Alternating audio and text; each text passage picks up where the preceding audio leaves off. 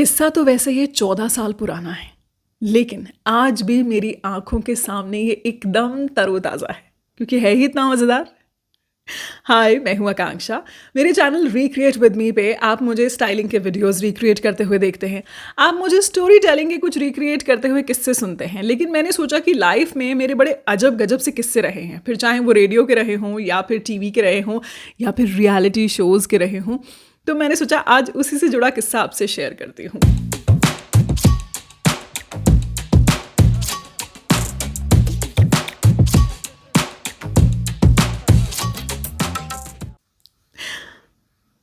तो ये बात शुरू होती है तब जब मुझे मिल गई थी तकदीर की टोपी।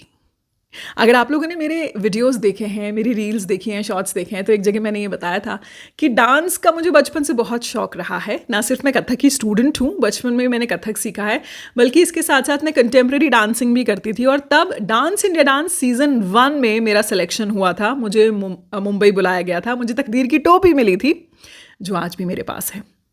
और वो मेरे पास कैसे है, इसका भी एक बड़ा इंटरेस्टिंग किस्सा है, आपको बताऊंगी। क्योंकि अक्सर वो तकदीर की टोपी जो है शूट के लिए आपको देते हैं और फिर वापस ले लेते हैं, लेकिन मेरे पास आ गई थी। ओके, तो वो तकदीर की टिकट लेकर मुझे बॉम्बे जाना था।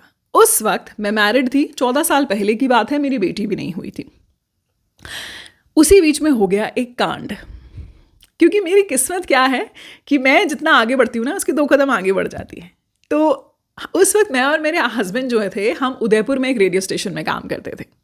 हमारा हो गया ट्रांसफ़र, और ट्रांसफ़र हुआ भोपाल। अब उसी बीच में मुझे तो देने जाना था ऑडिशन बॉम्बे। तो मैंने मेरे हस्बैंड से कहा, यानी कि एक्स हस्बैंड, तब मेरे हस्बैंड से कहा कि तुम भोपाल चले जाओ, सीधे वहाँ जाके ज्वाइनिंग करो, और मेरा जो भी इसमें रिजल्ट आएगा उसके अकॉर्डिंग मैं आके ज्वाइनिंग करूँगी।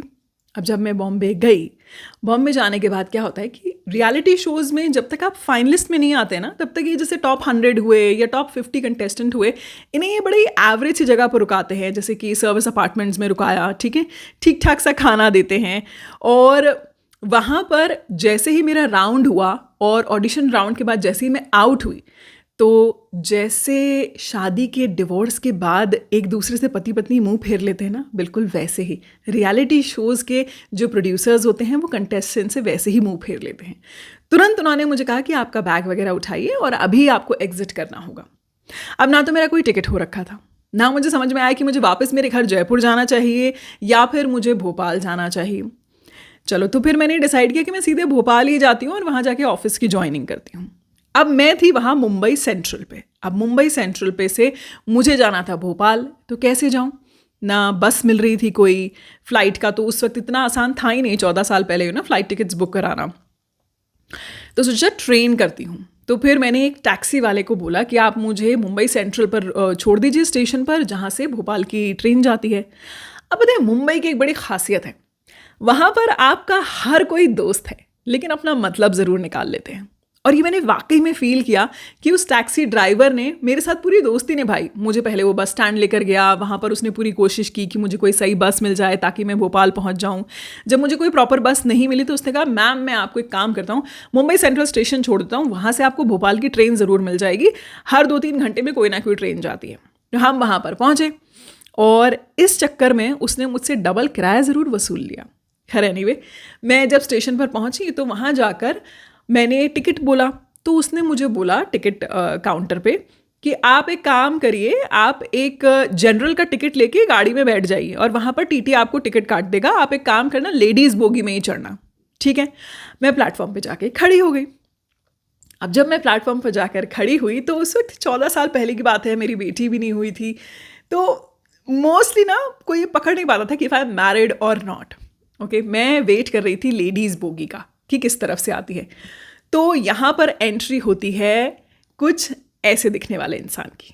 अब इनका नाम हम रख देते हैं रॉकी, ठीक है। तो ये जो रॉकी जी थे, ये अपने नन्हे रॉकी जी यानी कि जूनियर रॉकी के साथ वहीं प्लेटफॉर्म पे खड़े हुए थे। तो मैंने इनसे पूछ लिया कि ये भोपाल जाने वाली जो ट्रेन है, ये इस तरफ से आएगी या इस तरफ से आएगी, क्योंकि लेडीज़ कंपार्टमेंट जो है, लेडीज़ बोगी जो है, या तो सबसे आखिर में होती है या सबसे पहले होती है। तो उन्होंने मुझे बोला इस तरफ से आएगी। तो मैंने कहा अच्छा, लेडीज़ बोगी फिर मतलब पहले पहले आएगी। तो वो बोले हाँ। हम खड़े होकर वेट करने लग गए। थोड़ी देर बाद वो वापस आए मेरे पास और बोले कि कोई प्रॉब्लम है क्या, आपके पास टिकट नहीं है? तो मैंने उन्हें बताया कि मेरा अचानक जाने का प्लान बन गया है भोपाल। अब मैं पूरी डांस की स्टोरी तो क्या सुनाती, तो मैंने बस इतना बोला कि मेरा ना कुछ अचानक जाने का भोपाल प्लान बन गया है, मेरे पास टिकट नहीं है, मेरे पास ये जनरल की टिकट है और टिकट काउंटर पर मेरे को बोला गया आप अंदर बैठ जाइएगा, टीटी आपको टिकट दे देंगे, ठीक है। अब क्या, लड़की होने के कुछ तो फ़ायदे होते हैं। तो ये जो रॉकी सिंह जी थे, ये रॉकी सिंह जी ने कहा कि ओहो हो दुखियारी महिला, चलिए मैं आपकी मदद कर देता हूँ। तो उन्होंने मुझे बोला कि देखिए मेरे पास ना एसी का टिकट है और मेरे पास 2 टिकट है, मेरे पास तो ये बच्चा ही है साथ में, आप मेरे टिकट पर सफ़र कर लीजिएगा। तो मैंने 2 मिनट के लिए तो सोचा, फिर मुझे लगा कि यार पूरे एसी की बोगी होगी और लोग होंगे, तो मतलब डेंजरस मामला कुछ भी नहीं है, और फिर इसके साथ ये बच्चा भी है, तो मुझे लगा ये इसका बच्चा होगा, यानी कि बेटा होगा। खैर फाइनली हम इस बात पे राज़ी हुए कि मैं उसके टिकट पर सफ़र कर लूँगी और मैंने उसे कहा कि मैं आपको पैसे दे दूँगी इसके। जब हम अंदर चढ़े तो अंदर चढ़कर जो उसके पास 2 बर्थ थी, एक तो वो जो साइड की बर्थ होती है साइड की, और एक जो थी वो बीच के कंपार्टमेंट में उसको बीच की बर्थ मिली हुई थी, एसी की बोगी थी वो। ओके, अब इसके बाद थोड़ी देर बाद हमने बात करना शुरू किया नॉर्मली। तो अच्छा आप कहाँ काम करती हैं, अच्छा, तो बातों बातों में मैंने उसमें से बता दिया कि भाई मेरे हस्बैंड जो है वो मुझे भोपाल स्टेशन पर लेने के लिए आएंगे।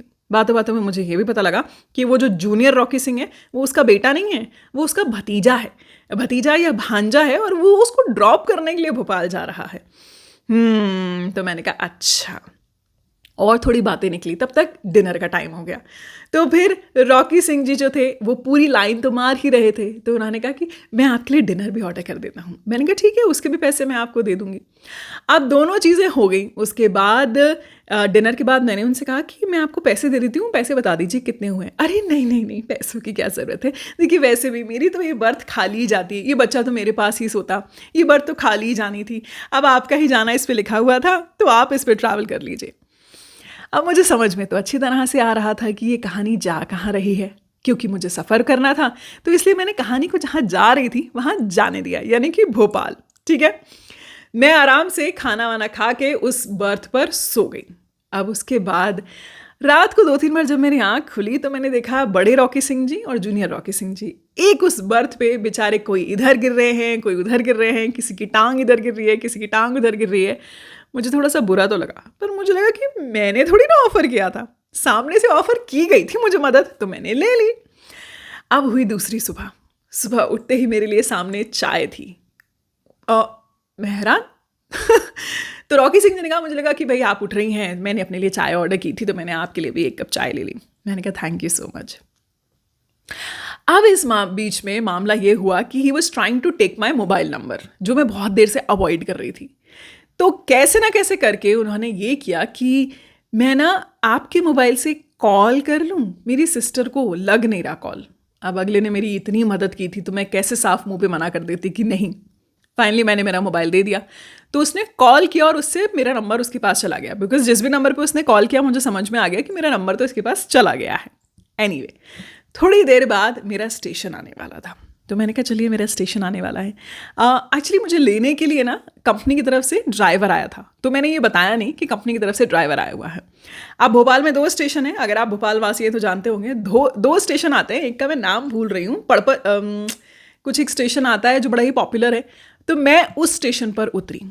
अब मैं उतरी हूँ तो मेरा सामान समेत रॉकी सिंह जी भी मुझे छोड़ने के लिए उतरे, और फिर उन्होंने मेरा सामान रखा, बड़े तरीके से मुझे थैंक यू बोला, नमस्ते किया, ठीक है मैं आपको फ़ोन करूँगा जी, थैंक यू सो मच, आपसे मिलकर बड़ा अच्छा लगा जी, करके वो निकल लिए आगे, क्योंकि उन्हें आगे के भोपाल स्टेशन पर उतरना था।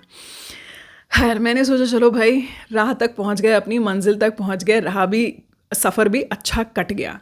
अब उसके बाद मुझे सच में तो लग रहा था कि रॉकी सिंह जी का जो है वो बुरी तरीके से टिकट भी कट गया। एनीवे, मैं एक्सपेक्ट नहीं कर रही थी, बट रॉकी सिंह जी ने चांस फिर भी लिया, ये जानते हुए कि मैं मैरिड हूँ, उन्होंने फिर भी चांस लिया और उन्होंने शाम को मुझे फ़ोन किया। अननोन नंबर से फ़ोन आया, मुझे पूरे चांसेस लग रहे थे कि ये अननोन नंबर से फ़ोन है, फ़ोन इसी रॉकी सिंह का हो। जैसे ही उन्होंने फ़ोन उठाया, अब बातों बातों में हुआ क्या था कि मैंने मेरा नाम उन्हें आकांक्षा बताया था, भोली भाली मैंने सही नाम बता दिया, लेकिन उन्हें सुनाई दिया था कुछ आलिया या समथिंग कुछ। तो उन्होंने फ़ोन उठाते बोला, हाँ आलिया बोल रही हैं। मैंने कहा कौन बोल रहे हैं? आलिया, मैं आपसे ट्रेन में मिला था, आपने साथ में सफ़र किया था। मैंने कहा आलिया का तो नंबर नहीं है, ये रॉन्ग नंबर है और दोबारा फ़ोन मत कीजिएगा इस पे। और मैंने फ़ोन रख दिया। उस वक्त फ़ोन नंबर ब्लॉक करने का कोई सिस्टम होता नहीं था, 14 साल पहले की बात बता रही हूँ। उसके बाद कभी मेरे मोबाइल पे फ़ोन नहीं आया। उसके बाद जब भी मैं ऐसे किसी रॉकी सिंह जी को देखती हूँ तो मेरे चेहरे पर वो एक नॉटी सी स्माइल ज़रूर से आ जाती है कि इंसान जो है खुद आगे से अपना टिकट कटाने के लिए तैयार रहता है, तो फिर हम क्या करें। अगर ऐसा ही कोई मज़ेदार जर्नी का किस्सा आपका हुआ हो तो कमेंट सेक्शन में ज़रूर बताइएगा। और हाँ, अगला किस्सा किसका सुनना चाहेंगे, टीवी से या फिर रेडियो से, यानी कि मैंने जब टीवी में काम किया तब या फिर रेडियो में काम किया तब। कमेंट में बताइएगा, जिसका मेजॉरिटी होगी वही किस्सा एक इंटरेस्टिंग ज़रूर से सुनाऊंगी। Thank you so much for watching. और मेरा जो चैनल है उसे लाइक और सब्सक्राइब ज़रूर कीजिएगा।